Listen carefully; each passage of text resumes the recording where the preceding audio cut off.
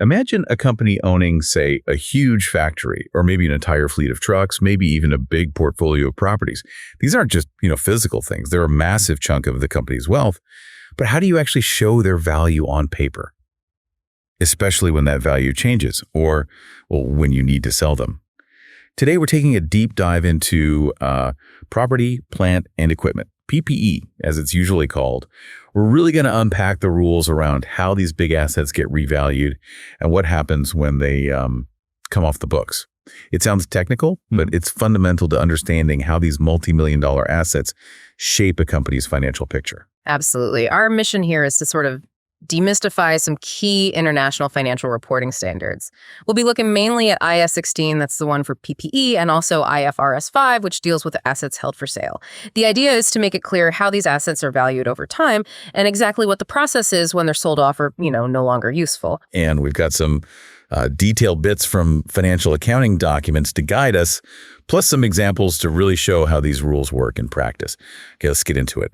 So right at the beginning, when a company gets a new piece of PPE, IAS 16 gives them a pretty big choice on how to measure it going forward, right? That's correct. Yeah, there are basically two paths they can take, the cost model or the revaluation model. The cost model is, it's simpler. You keep the asset at its original cost, less any depreciation and any impairment losses. Straightforward. The revaluation model, though, that lets companies carry assets at their current fair value. But here's the key thing. Whichever way they go, they have to stick with it for an entire class of assets. A class meaning? Like grouping similar things together. Exactly. Like all your buildings would be one class, all your vehicles another. Assets with a similar nature or function. It ensures, consistency. You can't just revalue the assets that have gone up in value and ignore the ones that haven't. Right. Okay. And if they do choose that revaluation model, things get, more interesting. Because now it's about fair value. What exactly does that mean here? The standard is very precise. Fair value is the price that would be received to sell an asset in an orderly transaction between market participants at the measurement date.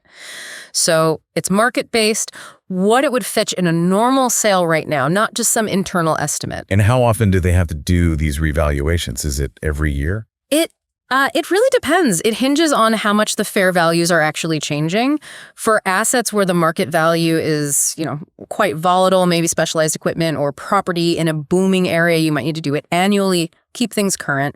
But for more stable assets, maybe revaluing every 3 or perhaps even 5 years could be enough. Okay. And you mentioned consistency across a class. So if they revalue just one building, then the entire class of buildings has to be revalued. You can't cherry pick. Wow. Okay. That sounds like a lot of work for big portfolios. It can be. However, the standard does allow for what's called a rolling basis revaluation. So maybe you revalue a third of your properties each year over a 3-year cycle. That's acceptable as long as the whole class is kept reasonably up to date within a short period. Got it. So let's say they do a revaluation and the value goes up. A gain. How's that handled? Where does it show up? Generally, these increases, these gains, they go into something called other comprehensive income, or OCI, and they accumulate in equity in a specific reserve called the revaluation surplus. So it boosts equity, but doesn't usually hit the main profit or loss statement directly. Usually. Is there an exception? There is. If that increase reverses a previous revaluation, decrease a loss on the same asset that was previously taken to profit or loss, then that part of the increase, up to the amount of the old loss, goes back through profit or loss first. It's about reversing the hit where it originally landed. Okay, that makes sense. And what about depreciation? Does revaluing affect that? Oh, absolutely. It changes the asset's carrying amount, which then changes the base for future depreciation. So subsequent depreciation charges will be different. This is actually a really important knock-on effect. Right. Let's walk through an example maybe. Say a property bought for $2 million. Let's assume the depreciable part is $1 million over 50 years, so $20,000 depreciation a year. After 5 years, the carrying amount is $1.9 million. Then boom, market takes off. It's revalued to $2.8 million. Okay, so the revaluation increase is $900,000. That's the difference between the new $2.8 million fair value and the $1.9 million carrying amount. That $900,000 goes straight to the revaluation surplus in equity via OCI, and on the balance sheet, the asset's value jumps up to $2.8 million. And the depreciation. If the remaining life is 45 years and maybe the new depreciable amount is now $1.35 million. Then the new annual depreciation becomes $30,000 a year. That's the $1.35 million divided by 45 years. So the key thing here is the upward revaluation has increased the annual depreciation charge hitting the profit or loss statement from $20K to $30. Exactly. That's the trade-off. You get a stronger balance sheet reflecting higher value, but potentially lower reported profits year on year because of the higher depreciation charge. Is there anything companies can do about that higher charge impacting profits? Well, IAS 16 allows but doesn't require companies to make an annual transfer. They can move that excess depreciation, the extra $10,000 in our example, from the revaluation surplus directly to retained earnings each year. It's an equity-to-equity transfer shown in the statement of changes in equity. It doesn't go through profit or loss, but it sort of smooths out the impact on retained earnings over time. Interesting. Okay, so that covers the gains. What if the market turns and a revaluation leads to a decrease, a loss? Right, the flip side. Normally, a revaluation decrease goes straight to the statement of profit or loss. It directly reduces the company's reported profit for the period. However, there's that exception again, linked to the revaluation surplus. If there's an existing credit balance in the revaluation surplus for that specific asset from a previous increase, then the decrease can first be used to reduce that surplus, down to zero if necessary. That part of the loss hits OCI, not profit or loss. But and this is vital, you cannot make the revaluation surplus go negative for PPE. Any part of the decrease that's bigger than the available surplus must be charged to profit or loss. Okay, let's use that same property again. Okay. A couple years later, after being revalued up, maybe its fair value drops to $1.5 million. Right. So first, we need its carrying amount just before this new revaluation. It was $2.8 million, and we've had, say, 2 years of the new $30,000 depreciation. So $60,000 total. Its carrying amount is now $2.74 million. The fair value's dropped to $1.5 million, so that's a decrease of $1.24 million. A big drop. Okay, $1.24 million down. How is that treated? Let's assume they didn't do those optional transfers of excess depreciation first. Okay, if they didn't do the transfers, the revaluation surplus for this asset still holds the original $900,000 gain. So the first $900,000 with the $1.24 million decrease wipes out that revaluation surplus. That $900K is recognized as a loss in OCI, reducing equity, the remaining amount. $1.24 million minus $900,000, that's $340,000. That amount goes directly to the statement of profit or loss as an expense. And if they had been doing those annual $10,000 transfers? Well, if they'd done that for 2 years, the revaluation surplus would only be $880,000. $900K minus 2 times $10. So in that case, $880,000 of the decrease would wipe out the remaining surplus via OCI and the rest. $1.24 million minus $880,000, which is $360,000. That larger amount would hit the profit or loss statement. Wow. So the accounting treatment, how much hits the bottom line profit, really depends on that past history and those optional choices. Exactly. It shows how past gains can cushion current losses, but only up to a point. And those little accounting choices along the way can actually change how much profit is reported when things go south. It's why analysts look closely at that revaluation surplus. Okay, that's a great explanation of revaluation. Now, let's shift gears. What happens when a company is actually finished with an asset? It's old, or they just decide to sell it? Right. Derecognition. Getting it off the books. IAS 16 is pretty clear here. You remove PPE from your financial statements either when you dispose of it, sell it, scrap it, or when you don't expect any more future economic benefits from using it or selling it. When you sell it, you calculate the gain or loss. That's simply the difference between what you get for the disposal proceeds and its carrying amount on your books at that moment. And that gain or loss goes into the statement of profit or loss. Importantly, the money you receive isn't classed as revenue, it's treated separately. Is there anything special if the asset being sold was one that had been previously revalued using the revaluation model? Yes, absolutely. A key point. If you sell an asset that was on the revaluation model, any remaining balance sitting in the revaluation surplus for that specific asset gets transferred. But it's transferred directly to retained earnings. It's an equity-to-equity shuffle shown in the statement of changes in equity. Crucially, you are not allowed to recycle that surplus balance through the profit or loss statement on disposal. It bypasses the P&L entirely, keeps revaluation gains separate from operating results, even at the end. Okay, that makes sense. Now, sometimes companies decide to sell an asset well before it's worn out. As part of a plan, does that change things? Yes. That brings us to the next level. IFRS 5, non-current assets held for sale. This standard kicks in when a company decides to sell a non-current asset, and it meets some very specific criteria. When it applies, IFRS 5 actually overrides the usual IAS 16 rules for that specific asset. We're just focusing on single assets here, not whole discontinued operations. Okay, so it's not automatic just because they plan to sell. What are these strict criteria you mentioned? Right. It's quite rigorous. For an asset to be classified as held for sale under IFRS 5, first, its carrying amount must be expected to be recovered mainly through a sale, not through continuing to use it. Second, the asset has to be available for immediate sale in its current condition, basically ready to go. And third, the sale must be highly probable. This itself has several conditions. Okay, highly probable sounds a bit subjective. It does, but the standard defines it. It means management at the right level must be committed to a plan to sell.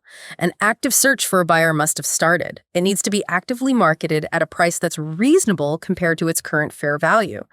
And usually the sale should be expected to complete within 1 year from when it's classified.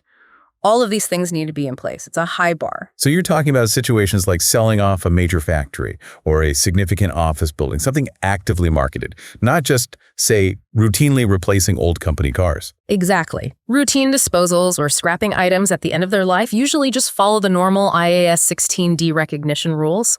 IFRS 5 is for more specific planned disposals meeting those criteria. And when an asset is classified as held for sale, how does it look on the balance sheet? It gets separated out. You'll typically see a line item like non-current assets held for sale under current assets, actually, because they're expected to be sold within a year. It clearly flags the intention to sell. What about depreciation? If you're planning to sell it soon, do you keep depreciating it? No, that stops. Once an asset is classified as held for sale under IFRS 5, you cease charging depreciation. The thinking is its value is now tied to its sale price, not its use in operations, so ongoing depreciation isn't relevant anymore. Okay, so depreciation stops. How is it measured then while it's sitting there waiting to be sold? Right, measurement changes too. At the point of classification, you compare its current carrying amount to its fair value less costs to sell FVLCTS. That's basically the expected selling price minus any direct costs of making the sale happen, like commissions or legal fees. If that FVLCTS is lower than the carrying amount, you have to recognize an impairment loss immediately in profit or loss and write the asset down to that lower FVLCTS.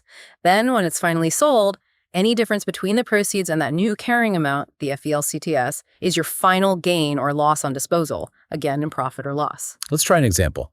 Say some PPE has a carrying amount of $600,000. It meets the criteria, gets classified as held for sale. Its fair value, less cost to sell, is calculated at $550,000. Later, it sells for $558,000, assume it wasn't previously revalued. Okay.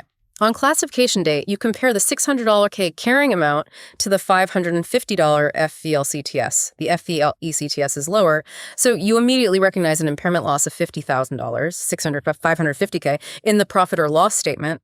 The asset is written down to $550K and reclassified presentationally. When it sells for $558,000, you compare that to the $550K carrying amount.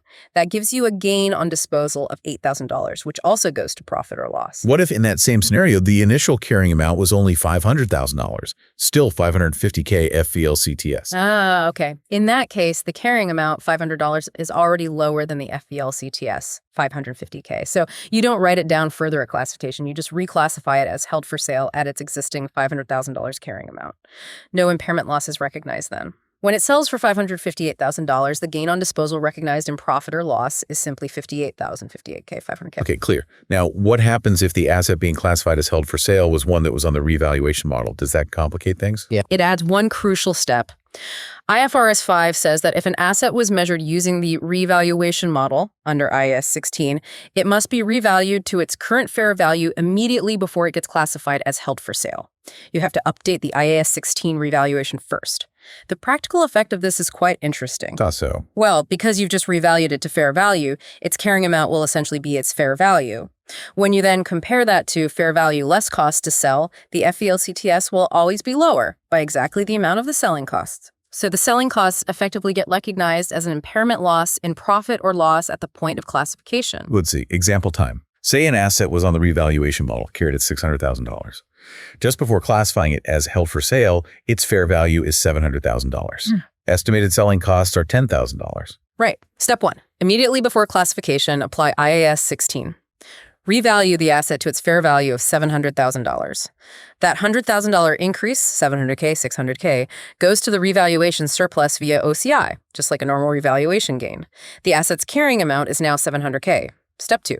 Calculate FVLCTS, that's fair value $700K minus cost to sell $10, which equals $690,000. Step 3. Classify as held for sale under IFRS 5. Compare the carrying amount, $700K, to FVLCTS, $690K. FVLCTS is lower. So you recognize an impairment loss of $10,000, $700K, $690K in the profit or loss statement. The asset is now carried at $690K under held for sale. So that $10 impairment loss is effectively just the selling costs being recognized upfront in the P&L. Exactly. The standard cleverly ensures the underlying revaluation gain stays in equity, OCI, while the direct cost of the planned sale hits the profit statement immediately upon classification. It keeps things clean. Okay, we've covered a lot of ground there, from valuation choices to revaluation ups and downs, and finally getting assets off the books, including this special held for sale category. So wrapping this up a bit, what does all this really mean for someone trying to read and understand a company's financial statements? Why should they care about these detailed rules? Well, fundamentally, these rules are about transparency and comparability. They stop companies from just sort of picking asset values out of thin air or hiding declines. They help you, as a reader, understand how changes in the value of these major assets are actually affecting the company's bottom line, its profit, versus affecting its overall net worth through equity, through OCI. It gives you a much clearer picture of performance versus underlying value changes. And that distinction between just disposing of an asset versus formally classifying it as held for sale seems quite important too. Absolutely. Seeing assets move to held for sale is a strong signal about management strategy and intentions. It changes how the asset is measured, stops depreciation, and presents it differently. It tells you the company is actively planning to exit that asset, which can be really significant information. So we've really gone from that first choice cost or revaluation right through the life cycle, the ups and downs of value changes, and finally how assets leave the balance sheet, following these quite specific pathways. It is complex, no doubt about it, but understanding this framework is, I think, critical. It unlocks a huge part of a company's financial story, revealing insights about their operations, their asset management strategy, and their overall financial health. Okay, so here's a final thought for you, our listeners, to maybe chew on. Think about the sheer scale of physical assets around the world. All those skyscrapers, factories, ships, planes, even robotic arms. And consider how these accounting standards, these rules we've been discussing, act as a kind of invisible scaffolding. They shape how we perceive the value of all that stuff and how its changing worth impacts the companies that own it. What other seemingly dry technical rules might actually be having a massive, maybe hidden impact on how we understand business and finance.